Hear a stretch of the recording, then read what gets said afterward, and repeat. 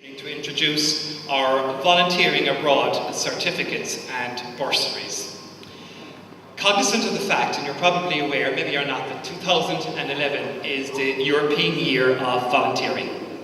The Society's board, I have to say, using some revenue generated through the 2010 Society's balls and also supported by the Student Finance Committee, we thank them for that, made the decision this year to award a number of scholarships and bursaries to students of the Institute who wish to travel abroad this summer on a volunteering project. As a result, this evening we are awarding 7 scholarships worth a total of €20,000, as well as 7 bursaries valued at €3,500. Well, this year, 2011, is the European Year of Volunteering. And over the last number of years as an institute, in particular as a student societies board, we have been looking at ways that we can get students involved in the whole area of volunteering. So a bursary and some monies were made available to us this year. So we decided that we'd give a number of students an opportunity to travel abroad and to work in a number of developing countries, engaging in projects that they themselves would be interested in. And therefore, when we advertised it, we offered a number of scholarships which would pay fully for 5+ students to get involved, and the bursaries again were for a number of students who have already given a commitment to work abroad this summer in a developing country, and that we would contribute something towards their fundraising event itself. So again, I think the whole philosophy behind it is that a lot of the money that we received this year had been collected by students themselves through involvement in a number of student-based and student-funded activities. So I suppose the decision initially was to give the money back to the student, and secondly, how best we can do that then was through the area of volunteering. I got the email from the Society's office about the volunteering initiative that they were doing, and I just said I'd kind of look into it. I was bored one evening, so I said I'd look at all the different organisations, never thinking that I'd actually be picked, but I said I'd do some research. And I guess EIL just really jumped out at me. I just liked what they stood for. It's not for profit, obviously, and then it's not really volunteering as such. It's more about like the intercultural learning and about the experiences and creating ties with the other cultures. So I guess that really appealed to me. Obviously, when I found out, I was ecstatic, but now it's kind of starting to turn into nerves, really. But yeah, like I can't wait to go, and it seems like, well, I'm going to Ghana, so it seems like I think about Ghana, I'd say nearly 5 to 10 times every day. It's constantly in my mind. You know, I suppose I'll be learning a lot about myself, because I'm going to be completely out of my comfort zone. Like I'm sure I'm going to be putting myself in a situation that's going to be something I've never experienced before. So, you know, I guess I'll really be pushing my boundaries, and yeah, I'm sure I'm going to learn about myself anyway. This summer in July I'm going to India, Chennai, with Habitat for Humanity to volunteer for a month, building shelters, working with local women's groups and so on. I can't wait for it, especially meeting the locals, working with them and getting to know them well. Hopefully we'll be able to make a good contribution over there. Firstly, I think I'm going to make a lot of friends, and I think I'm going to achieve skills, learn new skills. I want to bring back an appreciation of the things I take for granted back home, such as shelter, electricity. So I'd like to be able to have that attitude of just enjoying every day. At the moment, like, we're still early days yet, like, so we've only done general information about vaccinations, and just like we've our second team meeting now Saturday, so we'll learn more about the country and the culture this weekend as well. Originally it was supposed to be 50 students, but when I went up to the last team meeting there was only 13 people there, so there might have been problems with students fundraising money to go on the trip. Thankfully I got a scholarship, so I was really delighted with it. I heard about it through a friend who heard about it from the email from the Society's officers, and then I applied and somehow got through. I think that there was around 100, that's what I heard anyway, so, and 5 got through and 2 on bursaries. So. And my expectations, I think it's going to be scary but extremely enjoyable. I'd say it's going to be great fun, so I can't wait to go. To meet new people, I get to experience something that I would never have the chance to experience, and I suppose a completely different world to what I'm used to. And yeah, I suppose that.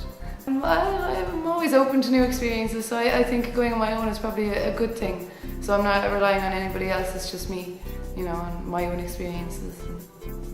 So I'd say it'll be scary, but good. I'm a volunteer and I was lucky enough to get a scholarship. I'm in my final year of biomedical engineering and I'll be volunteering with Habitat for Humanity as part of a student programme that are travelling to India. Honestly, no, I'm looking forward to it. I was delighted to find out I got the scholarship and I really didn't expect it, so I'm grateful for CIT for giving me the opportunity. I always want to volunteer and inevitably it's something that I think I would have done in the future, and to be given the opportunity at this stage is fantastic for me personally. I'll be working with or volunteering with Habitat for Humanity, our charity based in Dublin. Their goals and objectives are to provide houses for families and communities around the world. They provide simple, decent, affordable accommodation in over 100 countries worldwide. I'm looking forward to working with other team members and I see it as a great challenge for myself. There are a number of things I expect to gain. Firstly, I want to get first-hand experience working in a developing country, and I think I'll get that when I'm working on the ground in Chennai. I also want to learn about the culture to the best of my ability, understand the political system, because I know that there's a lot of political injustice and that's a reason for the poverty that exists in the urban regions in Chennai. We'd be very interested in seeing how they get on. Already having interviewed the students for this scholarship and bursary, it was humbling just to listen to their hopes, their fears, their expectations, but in particular to just listen to their dreams of what they hope to achieve. I suppose our hope in the long term is that when these students come back, that they would be great ambassadors for the whole area of volunteering, not just in an international but in a national context here, because we're also saying maybe next year we should offer a number of national Irish-based scholarships to students get involved in projects here within Ireland itself. So we're hoping that firstly they'll be ambassadors, secondly that they'll share their story with students both here at the Institute, staff here at this institute and at other institutions, so that they'll write about it, they'll speak about it, they'll do some projects on it, etc. And again, to try and encourage other students to consider getting involved. And that's what it's about. It's about volunteering. It's about getting involved itself. And also, I suppose, encouraging the student that while they come here specifically for an education and to do a specific course, a particular degree, that we're also trying to do it holistically, develop the students. So we're not just developing them on an academic, but also their citizenship. It's a great opportunity because you get to experience different cultures that you normally wouldn't get to. You can go backpacking and you have one experience, but if you're volunteering, you're in there with the culture and the family and the community, and that's invaluable. It's a very unique experience. I think there was one time, and it wasn't exactly exotic either. I was volunteering in Greece, working on an organic farm, and was asked to go and buy the bread for the farm. So I had to trek down this mountain for a couple of hours and then meet all these women with the black shawls and go into the bakery and try with my really non-existent Greek and pidgin, sign language and everything. And it was just a really beautiful experience because they were so open and lovely, and they knew where I was from. Obviously, I stuck out like a sore thumb, but it was just lovely, just that kind of interaction with community people that you wouldn't normally. It's really similar in that there's the same kind of values. There's the focus on the family, the focus on the church, and that sort of community. But the culture they've been through an awful lot, and so have we. So there's that in common. But then at the same time, there's massive, they're from almost the eastern part of Europe. So you've got all different types of cultural influences, and so they're not. Yeah, it's quite different. When I was in Greece, I ate all around me. It was beautiful. It was really nice. Yeah, I always have basics just to make sure that you've got your camera and your phone, and do ask around about clothes as well. I think it's always important that you can that you're warm enough and all that kind of thing. I always bring basic medical stuff, to deal with tummy problems or headaches or painkillers, that kind of thing. For mosquitoes, the bane of everyone's life. There's so many different tips, like eat garlic, have B vitamins, have tea tree oil on you all the time. There's all these different things, but yeah, definitely stock up on the old insect repellent. I think you can go on forever. Bring a nice book. abandon your mobile phone. Just leave it behind, don't bother. You know, you're not going to fully immerse yourself in a culture if you're halfway home all the time in your mind, you know. Leave your phone behind, forget it. Research as you can on the internet, talk to people, do a bit of reading, you know, like the Lonely Planet guides, that kind of thing, what to expect. And also just be really open-minded, just really focus on being up for anything and just be as flexible as possible. In January, Student Services sent out an email alerting people that they were doing a volunteer programme, so I just applied for that because it's something I always wanted to do, volunteering. I was shocked, to be honest. Like, I went for the interview kind of thinking, oh, I'm never going to get it, but then when I was kind of told that I got it, I was completely shocked, and then kind of it even took a few weeks for it to sink in that I was actually going to India. Yeah, I'm really looking forward to a new experience, kind of something I always wanted to do and think it's going to be great fun. Like, it's all students going out there and we're helping those who are less fortunate, so I think that. My main hope is that like I'll get to gain what it's like, a culture's like from inside the culture, because like you see stuff on TV and stuff like that, but I think it's when you're there living with people doing the actual work, you actually gain the real experience, and I'm hoping that it's kind of going to be a life-changing experience and stuff like that. Last summer, a group of 10 of us went out to Zambia in Africa. We took part in building a youth centre for young children, and we also ran a youth development programme which enabled young people to just learn a bit more about themselves. You helping other people is just, you know, so rewarding, and at the same time they're helping you, you know, just to like, so you can know yourself kind of after it. You just like become more independent, motivated, and you just, you know, learn a lot of things about yourself. I would definitely encourage people to go volunteering. Just even, you know, if you like helping other people and roughing it up, you know, because it's you know, expect the unexpected, really, you know.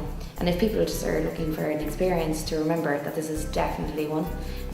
Also, you know, it's just to help other people is just amazing feeling that you get after you help them, you know. And it's just, you know, when you're over there, you don't realise what you're actually doing, and then you come back and then you're like, wow.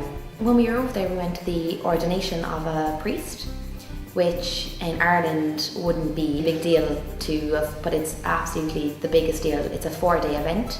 So, you know, there's 17 priests during the ordination that speak during this. So maybe one might sing, one might actually say a prayer, and finally the priest would come out after 5 hours of talking of other 17 priests. He'd come out and he'd be ordained during the ceremony. Everybody is so enthusiastic by the end of these 4 hours, you know. The advice I'd give people who are going volunteering for the first time would be, give it everything that you've got. You're not, like, if you're on a short experience, you're over there for 6 weeks, 4 weeks, give it everything. Because, you know, when you come back and you're just like, oh my god, I should have done this or I should have done that. When you're over there, have no regrets. Do everything. Help, you know, as much, you know, help as much people as you can. Even as just talking to somebody, you know, even playing a little game for 5 minutes with a young child, that's going to make a big difference, you know. So just give it everything you've got. I do wish the students the very best in this endeavour. They're ambassadors, they're the pioneers of this, and we're delighted as an institute to support them and to wish them the very best. We look forward to their returning, and we also look forward to further developing this project for other students of the institute in the months and the years to come.